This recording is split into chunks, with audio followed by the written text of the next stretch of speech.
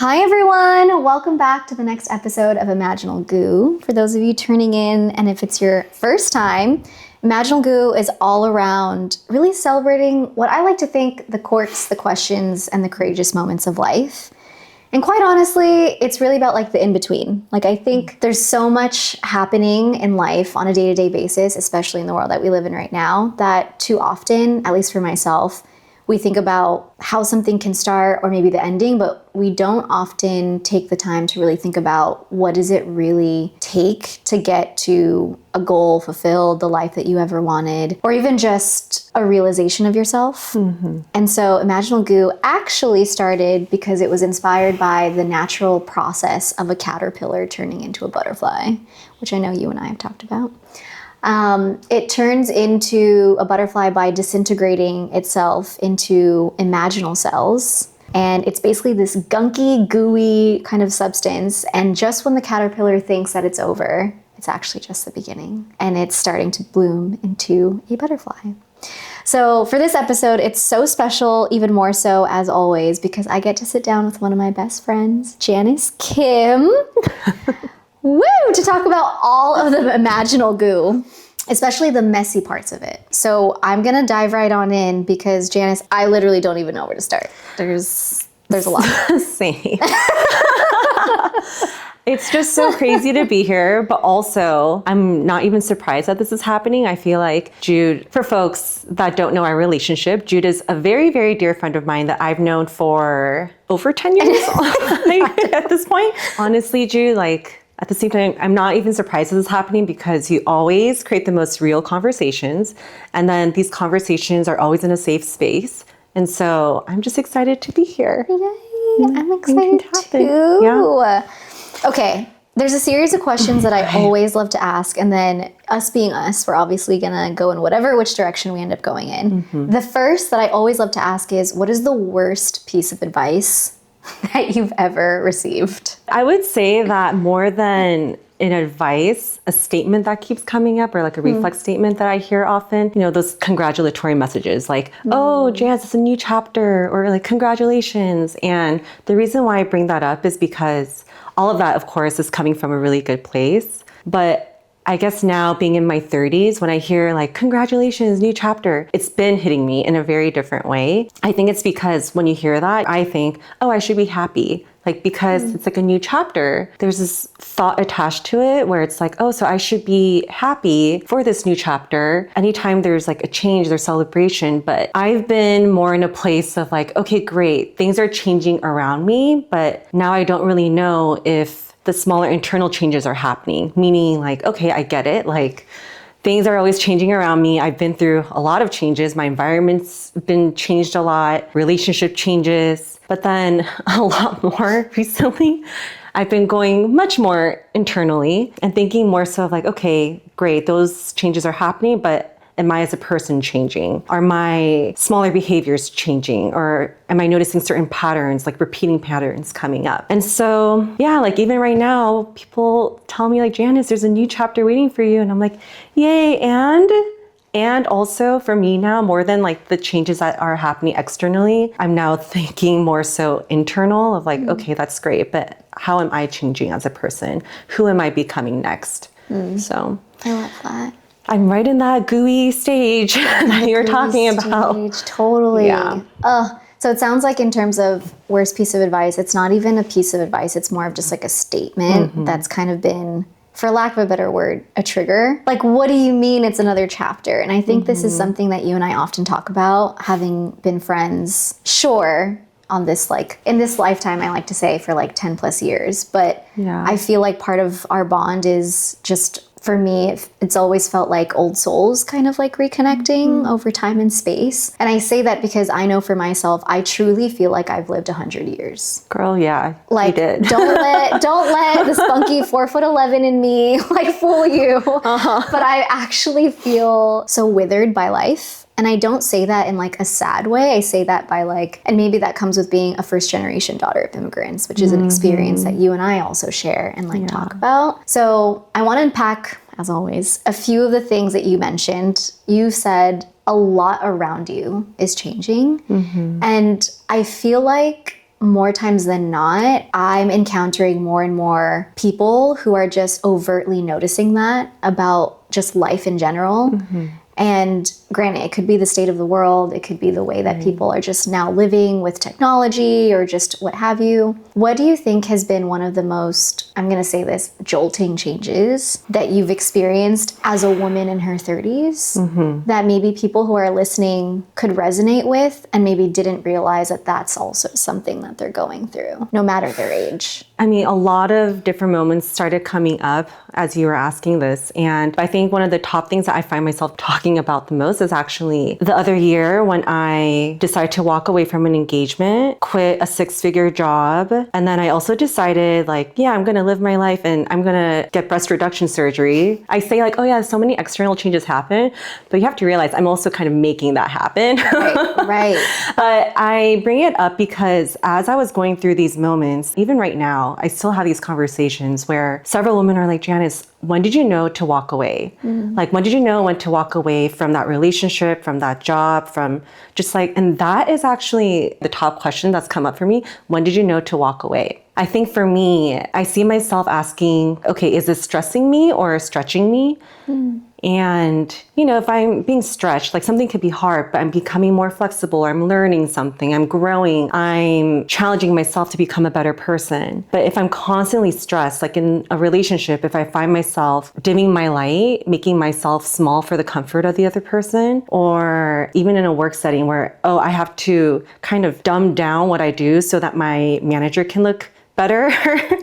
There's just all these moments. And so when I think about it in that way, it makes it so much clearer to me of like, I made the right decisions because of X, Y, Z. Incredibly wise. I love that. Is this stressing me or stretching me? I think that's such a beautiful, simple check-in question. I want to dive a little bit deeper into Of course. Let's just break it down. Yeah. Let's just go there. The engagement. As a woman in her early 30s who has actively chosen singlehood, I know I've told myself a lot of times, I never want to be in a relationship with another person longer than I've ever been in a relationship with myself. And I exited a really unhealthy relationship a couple years ago. And I think it was that moment where I saw my health was deteriorating. I didn't like who I was becoming, as the sign of like, wow, I need to walk away. I love that you are able to look back on this experience of you walking away from this engagement, which, let's also be honest, there's a lot of people in the world who seek out that result. Right. I want to get engaged, I want to get married, whether it's through an actual choice, like an authentic desire, or if it's because for better or for worse, or consciously or not, it's what they think family wants, society wants, or I'm a certain age, shouldn't I have something by now? At what point did you realize that walking away was for your best good? Because I think sometimes when we love someone, right, decisions aren't as black and white, right? Because feelings are involved and we're human. Right. So especially if there's anyone that's listening who might be going through maybe similar thoughts and feelings that you might have gone through, how did you know? Ooh, yeah, this is a good one. I think the first thing was trusting my body, because the body always knows. The body always knows, you guys. Okay.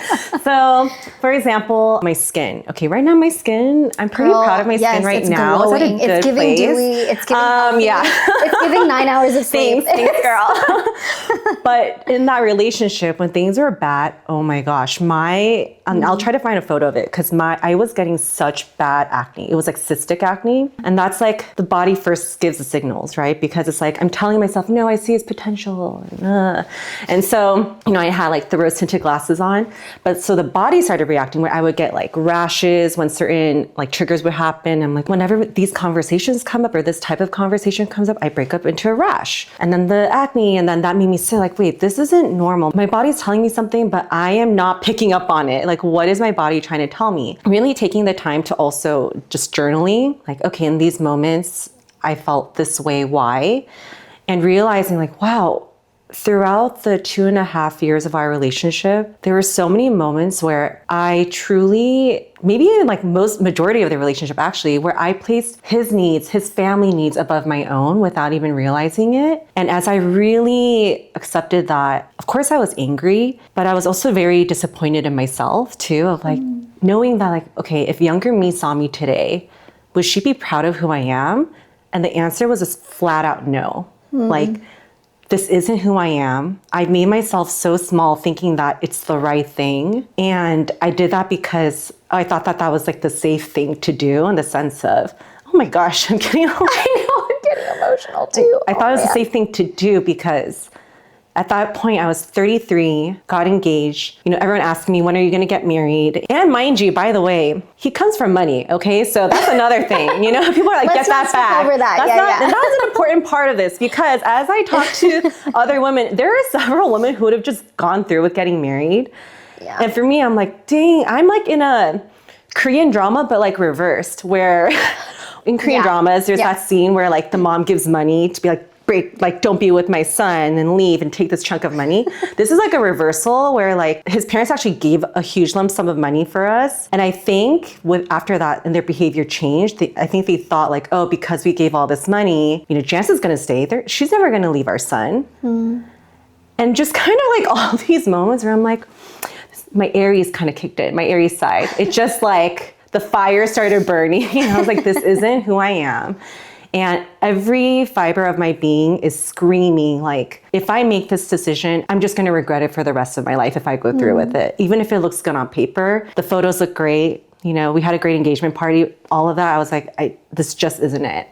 I had to walk away. That was a really long explanation, by the way. No, I think it's beautiful. And thank you for being so, as always, Imaginal Goo is all about the messiness, and like people can show up however which way they want to show up as they share their stories. But also my hope is like for listeners too, to like hear where are they in their own K-drama or novella or reality TV series in their lives. Yeah. One thing that I think is so fascinating that you said was there was a moment for you where you recognized, would my younger self be proud of me? And the answer was a clear no. And then there was a moment for you where it was so clear that you were going to say yes and go through with something that was clearly not aligned for you. And a lot of people would go through with it. And I think that's such a unique act of courage, because I think it takes courage to say yes as much as it is to say no to something. What do you think, whether it's inherently in you, something that you learned when you grew up, or just what's your own personal theory as to why you were able to say no?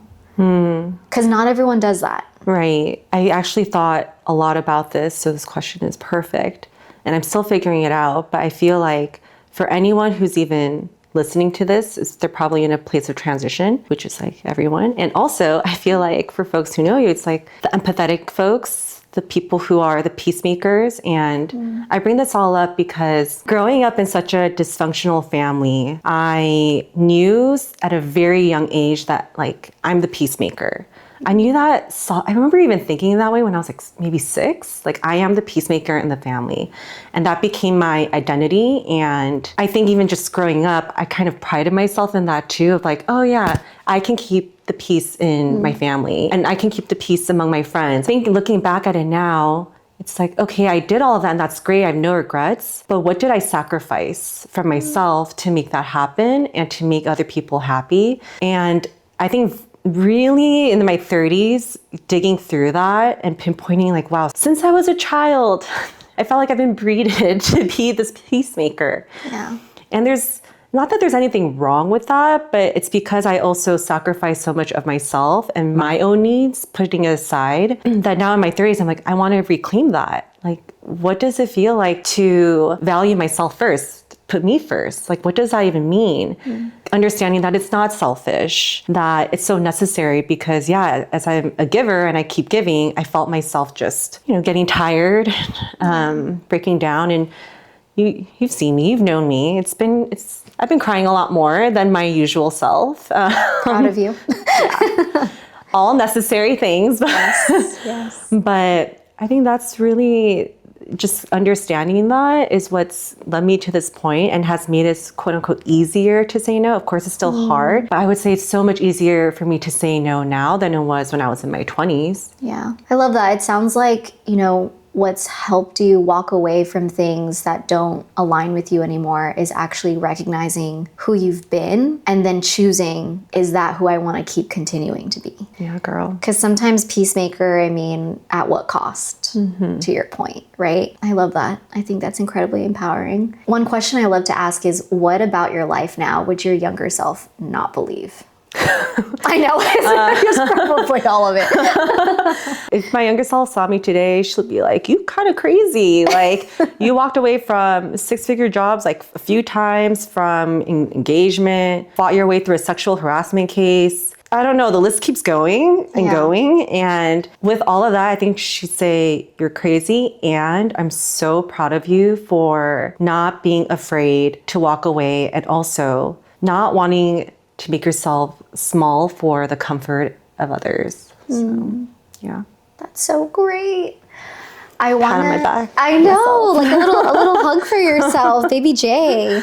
Oh, God. I want to dive a little bit into some of these things that you've mentioned before as well, around like the 6-figure salary and a few of the other things that you've kind of mentioned.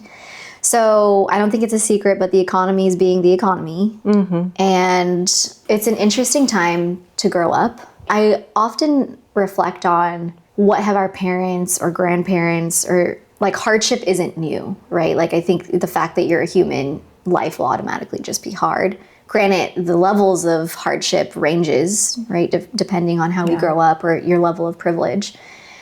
But again, like, I've never known anyone, Janice, who's ever so passionately, but also like staunchly look at life in the face and just refuse to take what's just dealt to you. And I don't say that as like someone who necessarily forces their way through life either, but like, you always inspire me to consider that there's more possible, that there is such a thing as being able to live a life that you love. It's probably not the easy path. Nope. Yeah, it's probably not the easy path. It's probably not the sexy path. It's probably not the path that people will understand, but it's your path. And it's the one that you can claim and say that you did it. Right. I share all that because career, I think, is so embedded in the quote unquote American dream DNA, but also, again, like, as a child of immigrants, your level of success sometimes is very much directly correlated to your job, right? Your career. And even societal standards, a lot of the times, I'd still argue to say. So how have you navigated your career, especially in the world of like marketing? You've really moved across different industries in a lot of different ways. You worked with a lot of really big brands and companies and organizations. And to be able to say no and walk away from that too is also really hard. Yeah. So would you say that the mindset that you have brought to personal relationships is the same thing that you carry into work? And then a two-parter here. Do you believe that there's such a thing as work-life balance? Ooh, okay. That's a lot. All right. Let's unpack this. The first part of it, which is like, yes, I do feel that a lot of the lessons that I've learned from just my experience with relationships also kind of translated into the workspace, meaning the same theme of, am I making myself small for the comfort of others? That theme, I think, still applies in my work experiences. And the choices in terms of like knowing when to walk away, I think, and mind you, I'm not encouraging anyone to just be like, oh, just because you have that idea, you should just go quit your job today. Right. It's not that, but it's like for the folks who really feel that in their bones that they're meant to do something else. By the way, that also doesn't mean you just walk away. It's more like, if you are waking up every day knowing that there is something more to you than this like 9 to 5 that you're living every single day, and you're also not in a safe space at work where you can't grow, I think that's a very key point, because some people are just like, oh, work is hard and I want to quit. And it's like, I mean, that's valid for you, I guess, but I'm not encouraging that. Right. It's more of like, you have to really think about it. Again, it goes back to, are you being stressed or stretched? And if your workplace setting is not helping you grow, then, and it's doing the opposite, it's like, oh, same thing when you're in an unhealthy relationship, right? Like, when is it time to leave if you're constantly being stressed out? But I think for me, after having made so many changes in my career, like I've been in marketing for 15 years, but to your point, I've been in many different industries within marketing. And every time I made that pivot to a different industry, of course I had this thought of like, man, I can't believe I'm even going into this space. Like, am I qualified? I've had those thoughts. And also when I leave, I'm like, oh my gosh, what am I doing? But I think the thought that I've always gone back to is like, at the end of the day, I'm not starting from nothing. I feel like whenever people hear like new chapter or you're pivoting, it's like, sometimes there's this unspoken sense of like, oh, I'm starting from ground zero. But it's like, you're really not. And I think that's why, to your point, every time I come across something in life where it's like, oh, this really isn't aligned with me and I need to walk away or fight it or whatever the decision I make, it all comes from this place of like, I know myself. I didn't go through all these experiences in life to feel like I'm just starting from nothing. Yeah. I'm starting from a whole load of lessons and still in my learning phase, but I feel like at the end of the day, everyone needs to remember that no one is starting from zero. Yeah. That all those lessons were actually for a reason. I know the lessons suck, but they were for a purpose. It really was. It really was. And then your other question was work-life balance. Yeah, Does do you it believe in exist? it? As someone who, again, also too, for some of our listeners, just like the range that Janice has also had, especially in your career, like you've done corporate, you've done startups, you've been a small business owner yourself, you're a founder, like, I don't know. Does it exist? I don't know. When people say work-life balance, I feel like there's so much of their own beliefs behind it already. It just means something so differently to everyone. So for me, I'm like, I don't really even know what that means anymore. And I truly do believe that if you're enjoying what you're doing, work doesn't really feel like work. Of course, there's going to be pieces that you don't always enjoy, like being a founder, you're an accountant, lawyer, you're just all these different things. Did I enjoy all those parts? It's like, no, sometimes I really hated it. Like I hated crunching numbers, but at the same time, it's like, I believe in this bigger purpose, so I want to do it and I'm going to do it. I'm going to stay up until 4 a.m. and make it happen. And I don't look back at it and like, wow, I wasted my time doing that. So I think part of that too told me, oh, I'm in the right place and I made the right decision because I'm not viewing it that way. Now, when I was working at a 9-to-5 in a very, very toxic environment where I didn't have a very good manager, there was a man harassing me. Like in that space, it was interesting because in terms of the work that I was doing, I didn't mind the work, but then the people really got to me, stressed me. I was not in a safe space. So then I really grew to hate my 9-to-5, right? So I think that question of like, is there a work-life balance is very loaded because there are just so many different scenarios that kind of play into that. And I don't think a lot of people first ask that question. They think like, oh yeah, it's because of the work. Like, we should be doing something else. We all need to be entrepreneurs. I think it actually comes down to the people you work with and like the mission behind what you're doing. Yeah. If it really resonates with you and keeping you going. So there are so many other factors, I think, that we need to think about with that question. I don't even know if I really answered it. You did. You did. There's no right or wrong answer. Yeah. It's just so, I love it. And I think it's just an important perspective for people to hear, especially like I know so many different people, and I'm sure people who tune in who are either in the middle of a job looking for a different one, have either been laid off or furloughed and are figuring out what is their next step, or are part of a cushy job and they want to leave because they're unfulfilled. And no matter where people are at in their journey of either a job and or a career, it just reminds me of, like, I remember one of my mentors would always say, never attach yourself to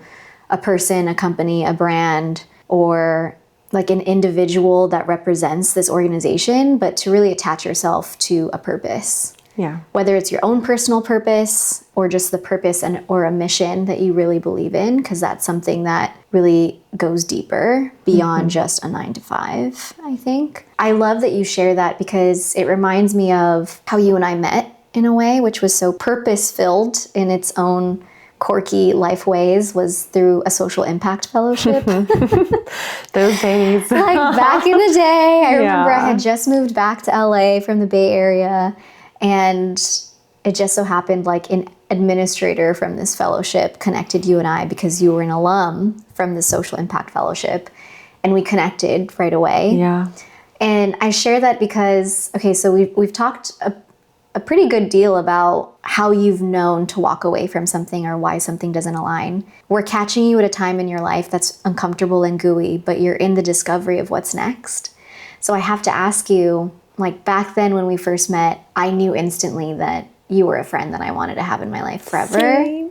How do you know when something just is it? Oof. And like, what makes you want to stay in a space or stay in a company or stay in a relationship? What have you learned so far as your field notes that you could share with us?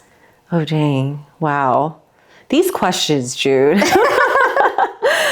I am still processing all of this because, again, as you know, a few weeks ago with my car breaking down and I was stranded at a sketchy gas station for 4 hours. It was out of the norm because every hour the tow truck said that it was coming and it was delayed. And I bring this up because being stranded at a sketchy gas station for 4 hours, you have a lot to think about. And oh my gosh, I just felt so grateful to have friends like you, obviously checking in on me, calling me. I was like, literally, when you called me, Jude, and kept checking in on me when you had so much going on, I kid you not, I was like, God, what did I do to deserve like such an amazing human in my life? Like, you have actually, like, yes, I'm stranded and there are these weird men coming around me, coming close to my car, waving, not leaving me alone. Like, damn, like, I'm really lucky. I'm actually really lucky. At the end of the day, and this goes back to the point of like, how do I know when something is aligned with me? It's that feeling of like knowingness and gratitude and being able to fully name and call out like who and what I'm grateful for, to be able to call out what I need and want in life. And what I mean by that is the experience that I had in the past with like certain jobs and relationships even, where there wasn't that alignment. Like I told you, the body reacts a certain way and all of that. But also like there's just the feeling that I always had inside of like a quiet whisper, I would say. And it's like, okay, yeah, this isn't it, right? It was quiet because I almost didn't want to listen to it. But then when something is really aligned with me, it's so loud. Like the body resonates in such a pure way. I wish I had the right words to be able to express this fully. I think because I don't have the right words all the time, that's why I end up getting like teary and I start crying. Which could be a sign in and of Which is a itself. sign, yeah. And totally. I think that's what it is. Like when I come across the right people, it's like I know in my soul. Like when I met you, when it was supposed to be that 30-minute meeting and it ended up becoming like a 4-hour conversation. Right. It's like, ooh, there's a reason for this. Like, I'm like, sorry, hun, you're not going anywhere. You're stuck with me. Like, why can't that sort of feeling be applied to other areas of life? I think that's how it's supposed to be. And I'm really kind of going with that. Even in my journey of like creativity, like, wow, this feels right. Yeah. It brings me joy. And you know, when you get that feeling, that instant joy, I feel that kind of stick with it. Don't try to make it go away. Because I feel like so often when we have something good in our lives, I feel like some people are very quick to be like, oh, but, or like, oh, this is only going to last a moment. And we need to be a little bit more like kind of in that space of happiness and gratitude. You know? That's so good. I love it, all of it. And I feel the same towards you. And I think it's so special that, you know, as your friend, witnessing you as you've grown and evolved over these 10 plus years, seeing how you are when it's a clear no, but also when it's a clear yes. I love that you share the no is actually this like quiet whisper that maybe we just don't want to listen to, but when it's a yes, it's so loud. And you know, what I hear in you sharing, which reminds me a lot of why I even started Imaginal Goo, is how can we learn to train ourselves to trust ourselves more over time? As someone who I feel like I've gone through life thinking that I had to look out for other people's advice or wisdom because I couldn't trust my own. And that's why I always looked for a mentor. I always looked for something outside of me. But it wasn't until I learned to listen to myself and also welcome people into my life who I feel provide me so much wisdom and a safe space to be able to listen to myself. That's so special. So just thank you for that, because I think it's truly otherworldly to be able to experience. I want to dive into one more topic, and then I'm going to go into our rapid fire questions that we always wrap up. Our time together is always never long enough, but I feel like we've already unpacked so many incredible things. But one thing I never want to overstep is friendship. Whether you're in a romantic relationship or in work, I think, you know, or even family, there's also something so special about friendships, especially friendships among women, in my personal opinion. Having girlfriends or just that camaraderie or that sisterhood for some. I truly believe that you are the first friend in my life that taught me what it is to be a friend. I know. Why? Surprise.